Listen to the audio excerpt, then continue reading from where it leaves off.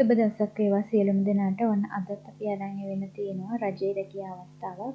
ඒ තමයි මුදල් කොමිෂන් සභාවේ තාක්ෂණ නිලධාරී තුන්වෙනි ශ්‍රේණියට බඳවා ගැනීම තරඟ විභාගයක් පවත්වලා තුන්වෙනි ශ්‍රේණියට බඳවා ගැනීම සිදු කරනවා.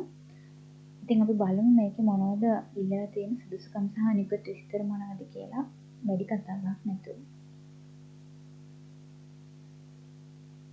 මේ විදිහට ගෙසට් එකේ සඳහන් කරලා තියෙනවා මොකද මේ අයිඩම් කරන්න කියලා තියෙන තනතුරේ නම. ඒ තමයි මුදල් කොමිෂන් සභාවේ ශ්‍රී ලංකා තාක්ෂණ සේවයේ තාක්ෂණ නිලධාරී තුන්වෙනි ශ්‍රේණියේ තනතුර බඳවා ගැනීම විවෘත තරඟ විභාගය 2025 කියලා. මේකේ විභාගය ඒගොල්ලන් 2026 මැයි මාස කොළඹ දිස්ත්‍රික්කයේ පවත්වන්න බලාපොරොත්තු වෙනවා කියලා කියනවා. ඒ වගේම අයදුම් කිරීමේ ක්‍රමවේදයේ විදිහට ඒගොල්ලන් දක්වලා තියෙනවා ඔන්ලයින් මාර්ගයෙන් ඇප්ලයි කරන්න කියලා. ඒකට www.donets.lk කියන වෙබ්සයිට් එකේ මේ our service යටතේ තියෙන ඔන්ලයින් ඇප්ලිකේෂන් කියන කොටසට ගිහිල්ලා ඔයගලන්ට 2026 පෙබරවාරි 6 වෙනිදා වෙනකම් අයදුම්පත් යොමු කිරීමේ අවස්ථාව සලසලා දීලා තියෙනවා. ඒ වගේම ඔයගොල්ලන් දැනටමත් රාජ්‍ය සේවයේ නියත වෙනවා නම් ඒක ඔයගොල්ලන් දන්නවා තමන්ගේ අදාළ ඉහළ නිලධාරියා යටතේ තමයි ඒව යවන්න ඕනේ. මේ විදිහට යවන්න කියලා තියෙනවා. ඒ නිලධාරියා ප්‍රධානියාගෙන් සහතික කරලා ඒ වගේම බඳවා ගැනීමේ සුදුසුකම් විදිහට සාමාන්‍ය සුදුසුකම් කියලා තියෙනවා. ශ්‍රී ලාංකික පුරවැසියෙකු වීම, විශිෂ්ට චරිතයක් කින් යුක්ත වීම, ඒ වගේම ආගමික නිකායක පරිදිවරයන්ට මේකට ආයෝජනය කරන්න බැහැ කියලා තියෙනවා.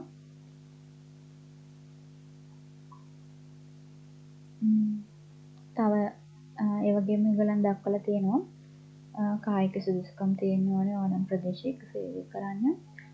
ආයුධම්පත් යොමු කිරීමේ වයස් සීමාව විදිහට 18ත් 30ත් අතර වයස තමයි ඒගොල්ලන් දක්වලා තියෙන්නේ. 30ට වැඩි අයට සහ 18ට අඩු අයට ඇප්ලයි කරන්න බෑ. ඒ වගේම අධ්‍යාපන සුදුසුකම් විදිහට දක්වලා තියෙනවා අධ්‍යයන පොදු සහතික පත්‍ර උසස් පෙළ විභාගයේ ගණිතයේ විෂය ධාරාවෙන් ශුද්ධ ගණිතය, ව්‍යවහාරික ගණිතය, සංයුක්ත ගණිතය හා භෞතික විද්‍යාව හෝ තාක්ෂණ වේදයේ විෂය ධාරාව යටතේ ඉංජිනේරු තාක්ෂණ වේදය සහ තාක්ෂණ වේදය සඳහා විද්‍යාව ඇතුළු විෂයන් 3කින් එකවර සමත් වෙලා තියෙන්න ඕනි කියලා. ඒ වගේම සාමාන්‍ය පෙළ සිංහල හෝ දෙමළ හෝ ඉංග්‍රීසි හෝ කියන භාෂා තුනෙන් එක භාෂාවකුත් විද්‍යාව, ගණිතය සහ තවත් එක් විෂයකට සම්මාන සාමාර්ථ සහිතව එකවර විෂයන් 6කින් සමත් වෙලා සාමාන්‍ය පෙළ පාස් වෙලා තියෙන්න ඕනි කියලා තියෙනවා. දැන් මේ දවස්වල කැඳවපු ගොඩක් ඒ වගේ සාමාන්‍යයෙන් අපිට දකින්න ලැබුණේ සිංහල සහ ගණිතය තමයි සම්මාන ඉල්ලලා තියෙන්නේ. නමුත් මේකෙදි විද්‍යාව කියන විෂයයටත් ඒගොල්ලන් සම්මානයක් ඉල්ලලා තියෙනවා. ඒක ගැන සැලකිලිමත් වෙන්න. ඒ වගේම වෘත්තීය සුදුසුකම් විදිහට ඒගොල්ලන් දක්වලා තියෙනවා මොරටුව විශ්වවිද්‍යාලය හෝ අම්පාර හාඩිය ආයතනය විසින් පිරිනමන ජාතික තාක්ෂණ ඩිප්ලෝමාව. කියන්නේ සිවිල් කෝස් එක ඔයගොල්ලන් කරලා තියෙනවනේ. ඒක නැත්නම් ඒගොල්ලන් තවත් අනිතන කෝසස් කීපයක්ම කියලා තියෙනවා.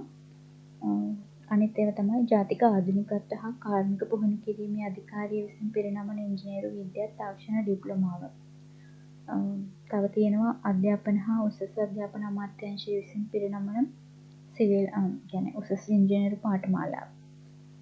ඒ වගේම ශ්‍රී ලංකා විවෘත විශ්වවිද්‍යාලය මගින් පිරිනමන ජාතික තාක්ෂණික ඩිප්ලෝමාව.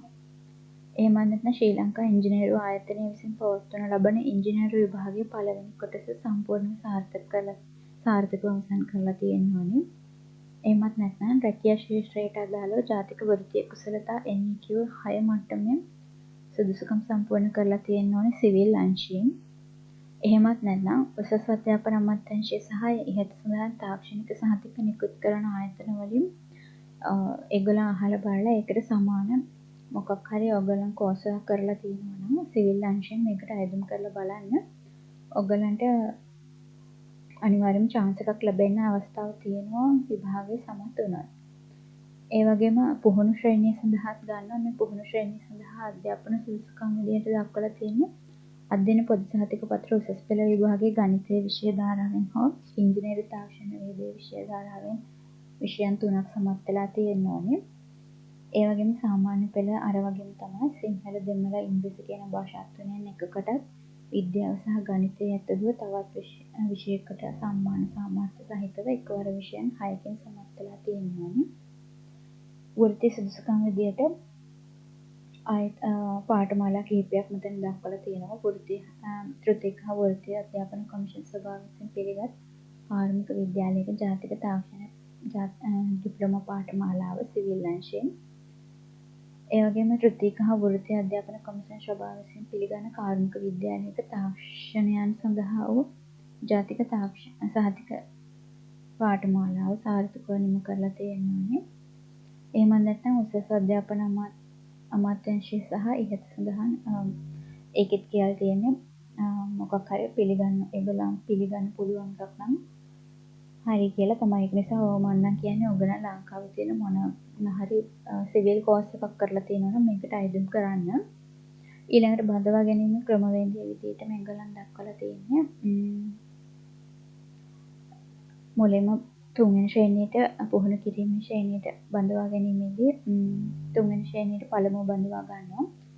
ඊට පස්සේ තමයි සුදුසුකම් ලබන අයදුම් කරුවන් නොමැති වුණොත් ඒගොල්ලන් පුරප්පාඩු සඳහා තමයි පුහුණු ශ්‍රේණියට බඳවා ගන්න කියලා තියෙනවා. මේකේ වෙනස තමයි එකක් පුහුණු ශ්‍රේණිය අනිත් එක එහෙම පුහුණු කොටසක් නැහැ. කෙලින්ම තුන්වෙනි ශ්‍රේණියට බඳවා ගන්න. ලිඛිත තරඟ විභාගයක ප්‍රතිඵල මත තමයි ඔයගොල්ලන් බඳව ගන්න කියලා තියෙනවා. මෙතන යාලා විස්තර කරලා තියෙනවා ලිඛිත විභාගය කොහොමද කියලා. බුද්ධි පරීක්ෂණය, විෂයානුබද්ධ තාක්ෂණික පරීක්ෂණය. ඒකේ විශේෂත්වය පැය 3ක් තියෙනවා. බුද්ධි පරීක්ෂණය නම් පැය 1යි තියෙන්නේ. දෙකටම උපරිම ලකුණු 100 ගන්න තමයි. ඒකේ සමත් වීම ප්‍රතිශතය 40%. නමුත් මේක තරඟ විභාගයක් නිසා ඔයගොල්ලන් උපරිම ලකුණු මට්ටම ලබා ගන්න ඕනේ. ඒ වගේම මේගොල්ලන් විෂය නිර්දේශය මෙතන දක්වලා තියෙනවා. බුද්ධි පරීක්ෂණයට අදාළ මොකද විෂය නිර්දේශය වගේම තාක්ෂණික පරීක්ෂණයේදී ඒගොල්ලන් මොනවද බලාපොරොත්තු වෙන්නේ අහන්න කියලා මෙතන දක්වලා තියෙනවා. ඒගොල්ලන් කියලා තියෙනවා ගොඩනැගිලි ඉදිකිරීමේ මූලධර්ම, ඉදිකිරීමේ කාර්යයන්, ඒ සඳහා පිඹුරුපත් සකස් කිරීම හා කියවා වටහා ගැනීමේ හැකියාව, ඇස්තමේන්තු පිළියෙල කිරීමේ හැකියාව, ජල සැපයුම්, ජල ප්‍රවාහන ක්‍රියාමාර්ග හා අපද්‍රව්‍ය බැහැර කිරීමේ ක්‍රියාපිළිවෙල පිළිබඳ අපේක්ෂකයා සතු අත්පත් කරගත යුතු හැකියාවන් විනිශ්චය කිරීම සඳහා සකස් වෙන ප්‍රශ්න පත්‍රයක් තමයි ඔයගලන්ට ලැබෙන්නේ.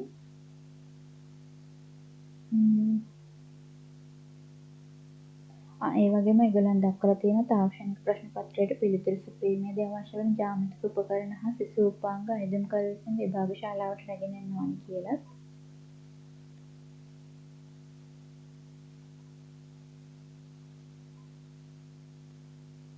ඊට පස්සේ අපි බලමු මෙතන විශේෂ දෙයකට සඳහන් කරලා තියෙන්නේ විශේෂම දේ තමයි වැටුප් පරිමාණය. අපි බලමු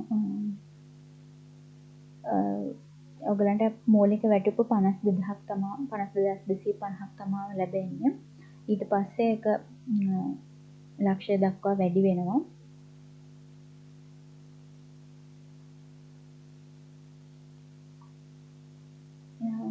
ඊට පස්සේ ඒගොල්ලන් කියලා තියෙනවා තාක්ෂණ සේවය තාක්ෂණ නිලධාරී තුන්වෙනි ශ්‍රේණියේ තනතුර ස්ථිරයි විශ්‍රාම වැටුප් සහිතයි කියලා.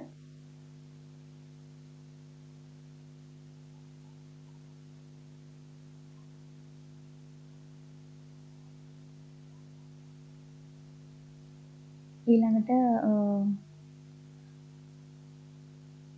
මෙතන මම හිතන්නේ දක්වලා තියෙන්නේ ඔයගලන්ට කරන්න තියෙන රාජකාරී ඒ අනුව